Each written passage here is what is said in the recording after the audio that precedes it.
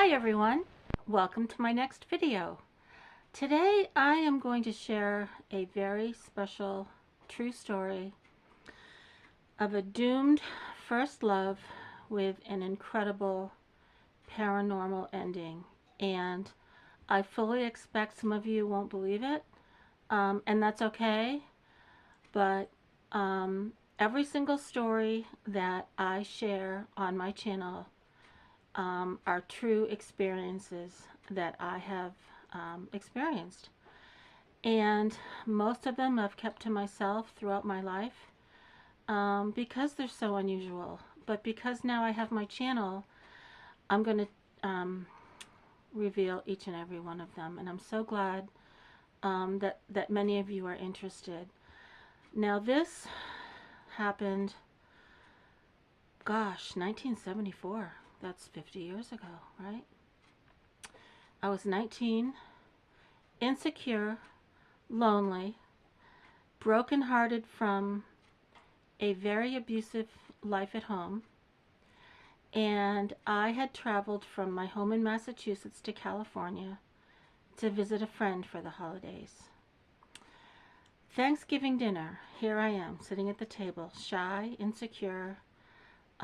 After dinner, the house was full of guests, people I didn't know, wasn't sure how to interact or talk with everyone, so everyone had left the table and I was sitting there by myself, kind of staring at my plate, wondering, oh my God, what should I do?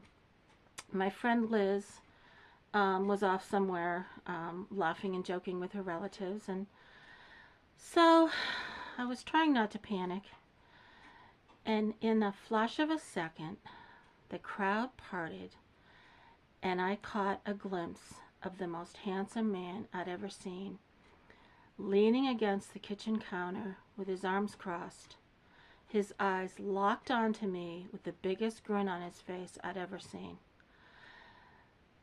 The only way I can explain it is a bolt of lightning hit my heart, and I instantly loved him.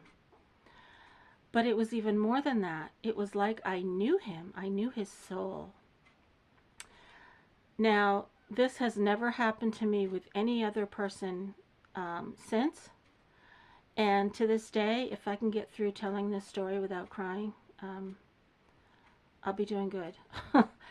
Because 50 years later, I can still remember that moment and every single thing about it. Well,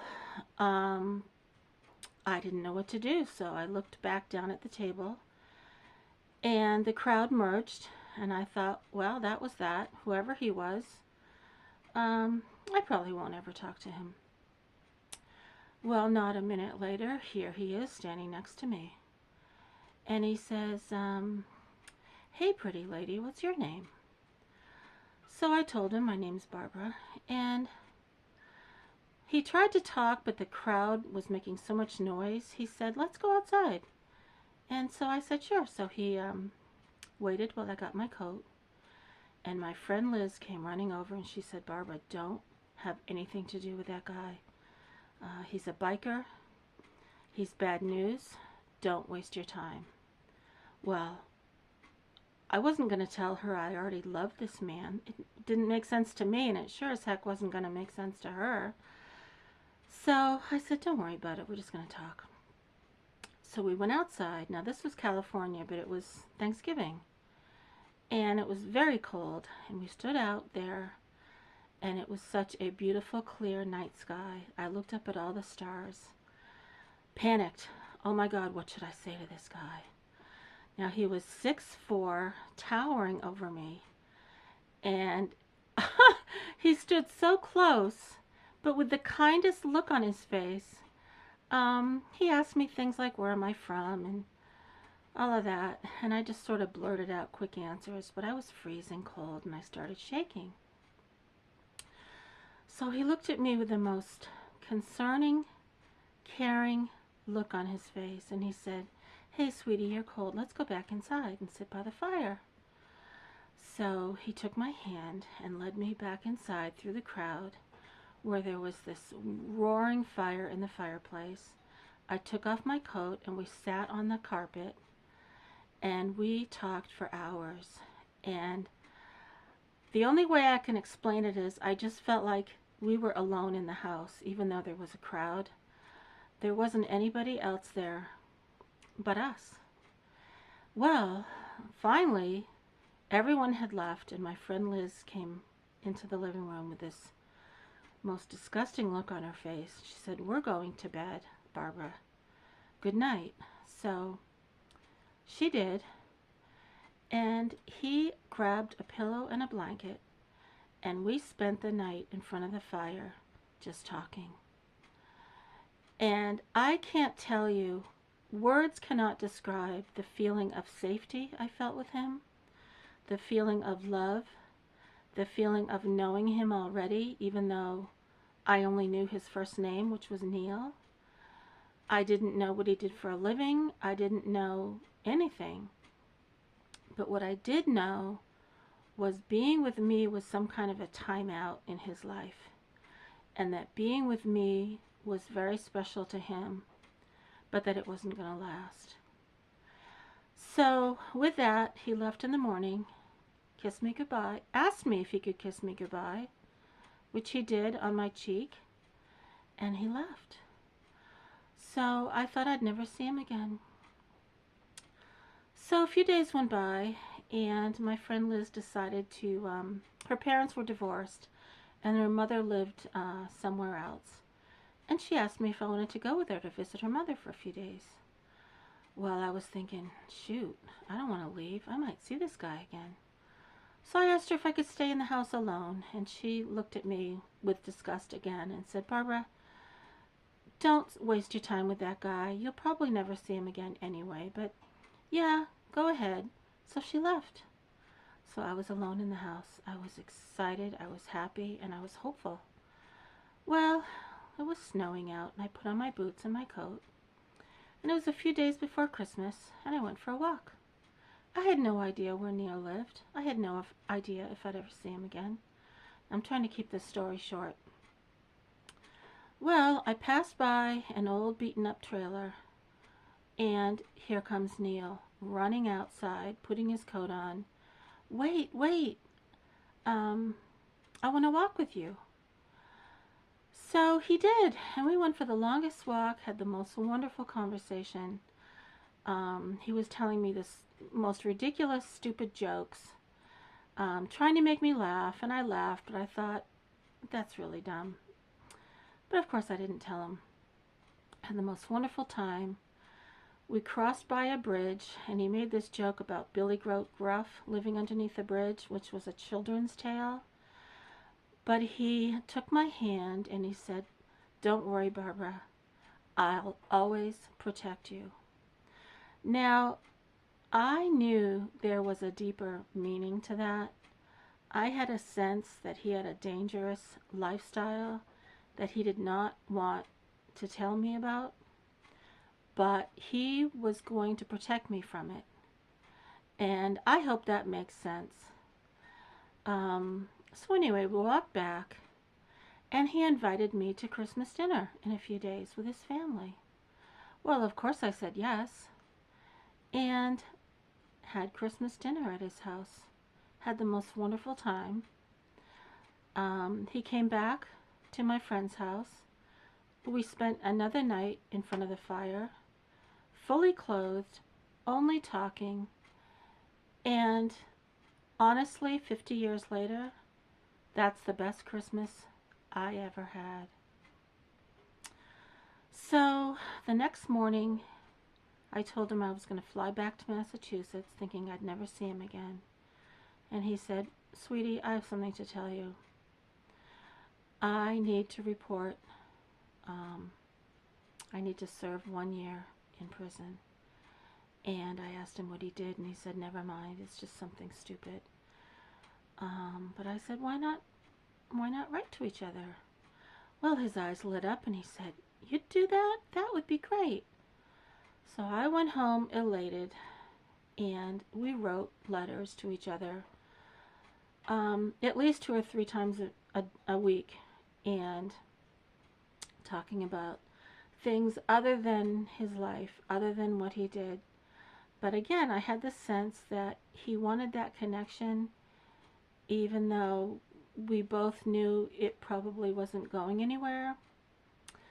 Well, a year went by, and he said he was coming to see me to Massachusetts. So he gave me the flight number, and innocent me didn't think he was lying, of course. I thought he was really going to come.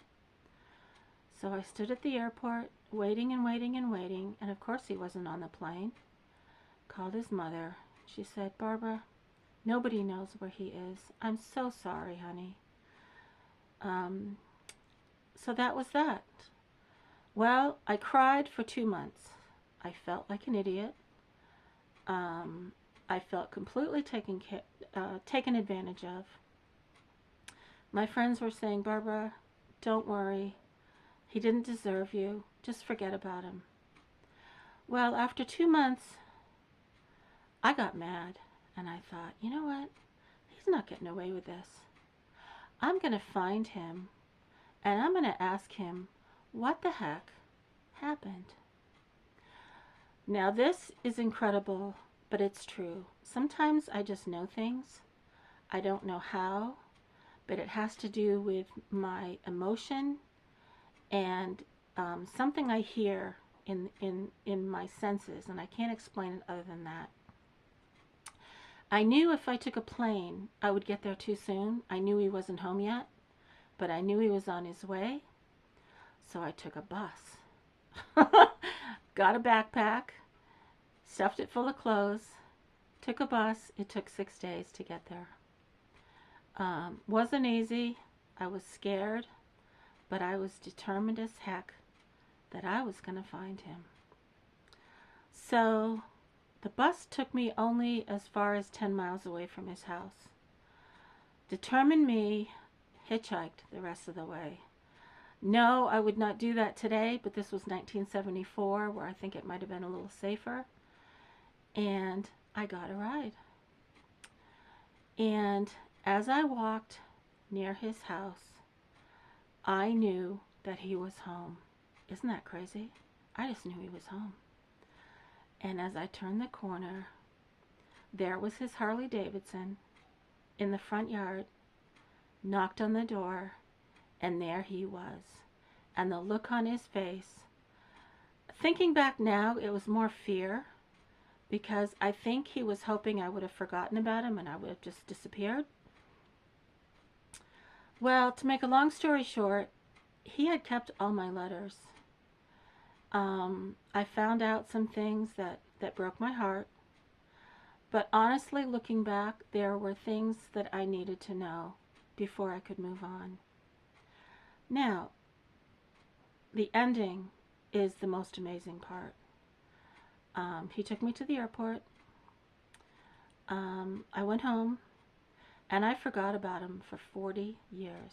Okay? So, let's see.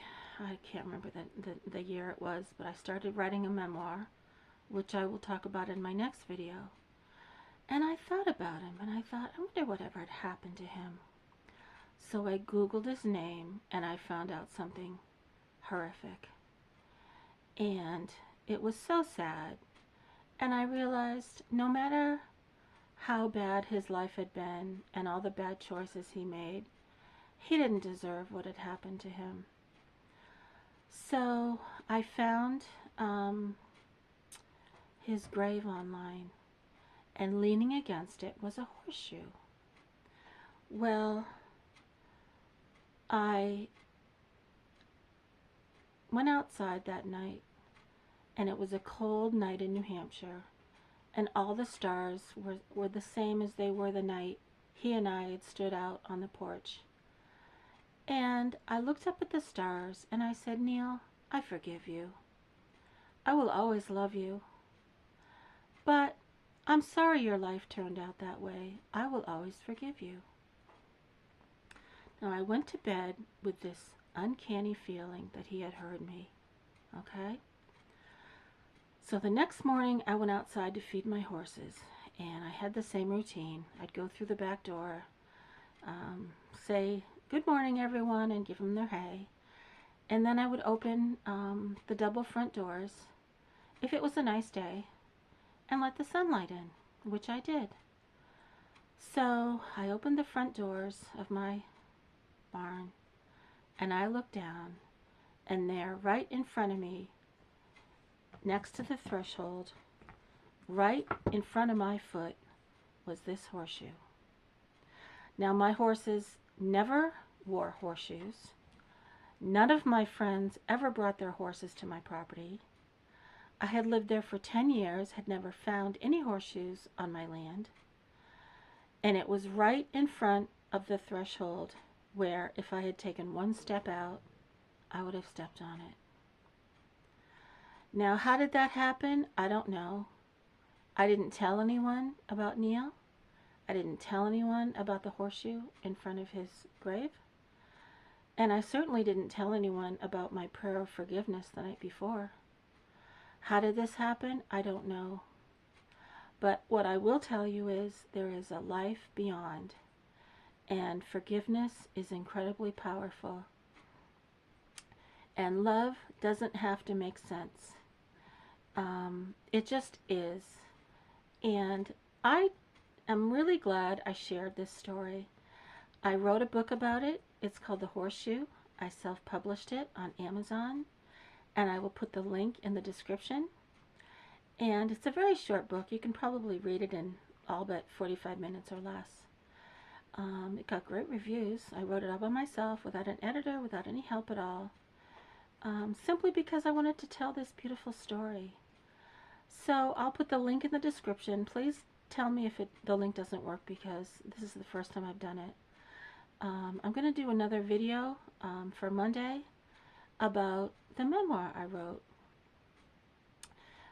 It's about my narcissistic parents, the emotional damage they inflicted, and the trauma and how I recovered from that. And I hope some of you are interested in that. It's not a poor me story. It's not, this has happened, this is how I struggled. It's how I persevered. And midway through, something happens that is utterly incredible, where I meet a stranger just by chance, and what happens completely changes my life. So I will publish that video on Monday and put the link to my memoir in the description on Monday. I am so thrilled with my channel and all of you who have decided to subscribe. Heck, I think I might be even monetized next week. This is crazy. I so enjoy sharing my stories. I welcome your comments, and please subscribe if you haven't already. I tried to keep this video shorter, but I didn't want to leave any of the important stuff out. So thank you very much. I hope you're all having a great day, and I'll see you next time.